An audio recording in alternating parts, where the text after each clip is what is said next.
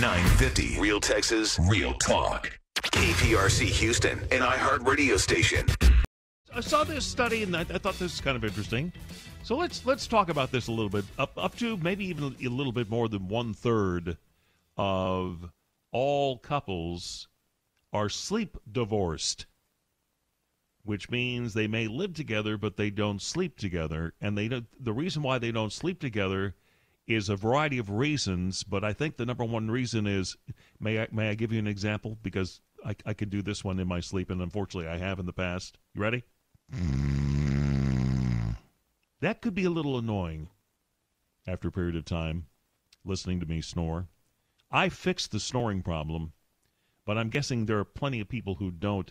Join us to talk about this and other reasons why people are dealing with the issues they're dealing with is an expert on healthy marriages, because she's also an expert on unhealthy marriages because she practices family law. Jennifer Hargrave joins us here on AM 950 KPRC. Hi, Jennifer. Hi. Do you have a husband who snores? I do have a husband, and he does snore from time to time. Okay, so are you still sleeping together? Hang on, I'm asking personal questions. This is awful personal. We just met. Wait a minute. Yeah, I didn't know it was going to get so personal. From time to time, sleeping in a separate room is absolutely a good way to solve the problem. I'm all for it. Please allow me to try to help you save your marriage from snoring. Can I help you with that? I have a suggestion for you. Have you ever heard of a product called Pure Sleep? I don't know. Pure Sleep is a mouthpiece. Think of you remember when football players used to use the mouthpiece on the upper half to protect their teeth? Sure, a mouth guard. Yeah. It's the mouth guard. It's kind of like that, only it's a top and a bottom, and you mold it the same way you would a football mouthpiece. And what happens is you kind of you jut your jaw out a little bit when you put your teeth in to give the impression. And when you put that in at night, it moves your jaw forward, opens up your airways, and it stops the snoring. Which is great, and you don't have the noise of the CPAP machine in the background, or easy to travel with. Any of that stuff. And once he gets used to wearing it, which does take a little tiny bit of getting used to, once he gets used to that, he won't be able to sleep without it because he'll want to use it. But it's called Pure Sleep. That's great, Jimmy. Is Pure Sleep a sponsor? No, they're not. Actually, this is a great infomercial. Actually, it would be fabulous. It would be a great infomercial. Actually, no, they're not a sponsor, but I champion the cause because it's made a big difference for us. I turned into a nighttime buzzsaw, and that took care of the problem. I'm not saying it's going to work for 100% of people, but it works for a lot of folks. Yeah, and the thing with snoring is, of course, it's not just the annoying noise, but it's so bad for your health because you're not getting the right kind of sleep, So, I think that's really sounds like a great solution. There are solutions for some of the issues I'm guessing that come up. Is part of the problem here with something like a sleep divorce is that people don't take the time to figure out if there's something they can do to fix the problem? I think you just nailed the problem. I think you just nailed it. So, look, there are very happily married couples who decide to, retreat to separate bedrooms at night to get a good night's sleep. That's awesome. They have happy marriages. But then there are those couples who are angry. They're irritable because they're not getting sleep. They're blaming each other.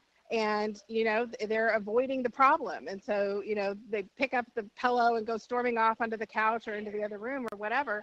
And that's where I think the danger of a sleep divorce leading to a real divorce is a problem. Because I'm guessing if you're the person who's on the receiving end of something like snoring and the other person doesn't act like they're interested in solving the problem or curing the problem or not making any effort to do that, I can see where resentment would set in after a fairly short period of time. Absolutely. I think that it really does. And it's not only, resentment is the death knell of a relationship. I think the studies have shown that forever. And it's really hard to come back from that. So you want to avoid getting to the place of resentment. But I think also, it's okay if you're the non-snoring spouse to say, you know what, I value myself enough and I need to get a good night's sleep. So I'm going to remove myself into the other room. I have a good friend who said that they both have crazy sleep schedules. And she said, the first one to wake up, if the other one wakes us up, the first one to wake up goes into the other room. And I thought that's a really beautiful thing because then you're not hitting and trying to smother the other person. Yeah, smothering somebody with a pillowcase is probably not a good way to save a marriage. No. I will say that divorce is a much better option than murder. So. Absolutely. I don't recommend murder. That's kind of not unless you want to spend the rest of your life in jail. I find some of these other things that typical couples fight about kind of interesting, too. Selective hearing came in at number 2 on this list. Selective hearing. Now, I will say for my own defense that I've been in radio for almost as many years as I've been alive, and I've worn headphones all those years, and I have had my hearing checked, and it just so happens that the hearing range of which I am the weakest falls along the lines of your typical female voice.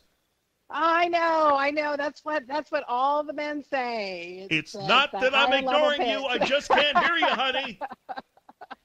Somehow, in the infinite design of our humanness, it's very clever that men lose the ability to hear their wives.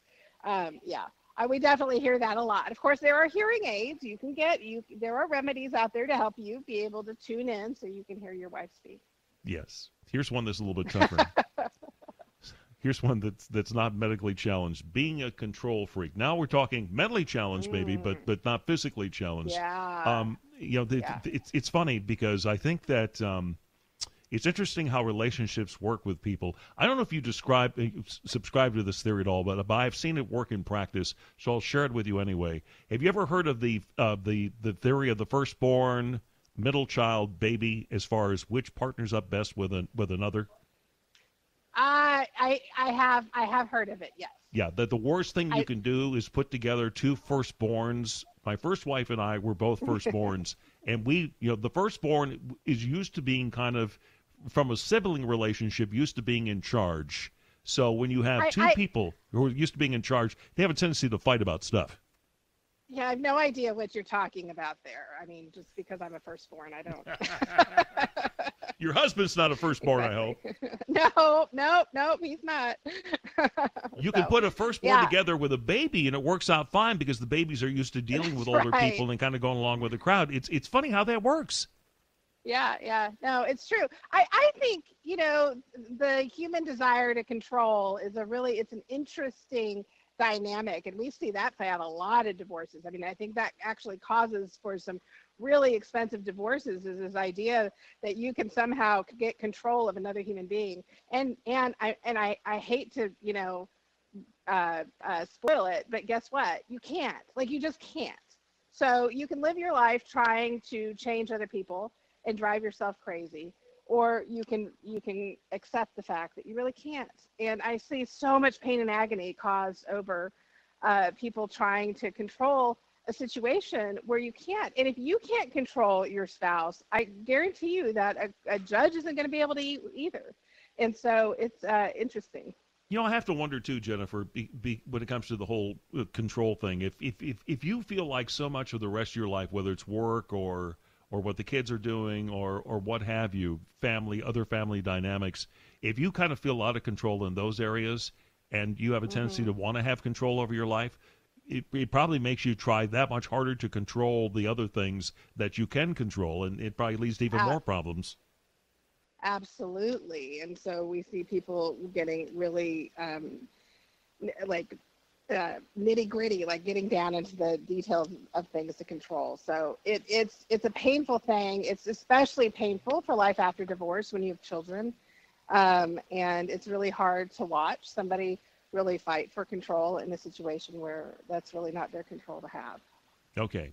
Is money still one of the biggest things? Does that still break up more couples than anything else? Sure. And I mean, really, I always think money is symptomatic of the bigger problem. The bigger problem is the inability to communicate, to negotiate, to compromise. And so there's a lot of emotion wrapped up in money, and people act out in weird ways when it comes to money. Not weird. I mean, it's normal. But, instead of having conversations about money, they can be hiding and secreting and spending. And so, we see a lot of money problems. All right, one more for you that I've always found kind of curious is, do you find a generational difference in what is causing divorces, breaking up marriages, leading to couples having issues between, let's say, compare the baby boomer generation to the millennials to Generation X? Are they pretty much breaking up for the same reasons over all those generations, or you find the reasons are changing a little bit? That's a good question. I think what you'll find is a generational reason difference in the reason why people stay married, right? I think that sort of in the older generation, there's this commitment to commitment.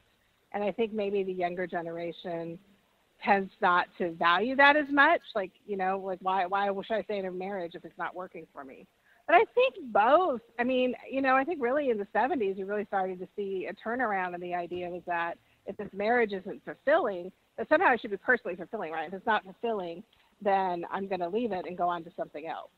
But I think if you look at marriages that stay intact, you'll see a generational difference. Yeah. The reason why I asked the question is we're told, and I hate to put this label on any generation because it's not fair to put a label on everybody that exists within that generation, but we're told that, Generation X in particular, they have a different set of priorities. They're a little more self-absorbed, a little more narcissistic. And I would think that would make it more difficult to stay in a relationship with somebody else when your first priority is always yourself.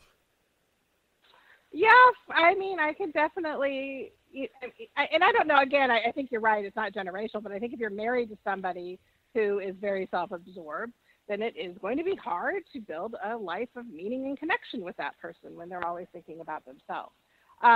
So that would ring true. Okay. One last question. This is Yes. for Jennifer Hargrave's secret of life, because I know a lot of divorce attorneys, and I'm always amazed when I talk to somebody who sounds as upbeat as you do, because there's no worse time to meet somebody than when they're going through a divorce. And you spend time talking to miserable people day after day after day. How do you keep that from rubbing off on you?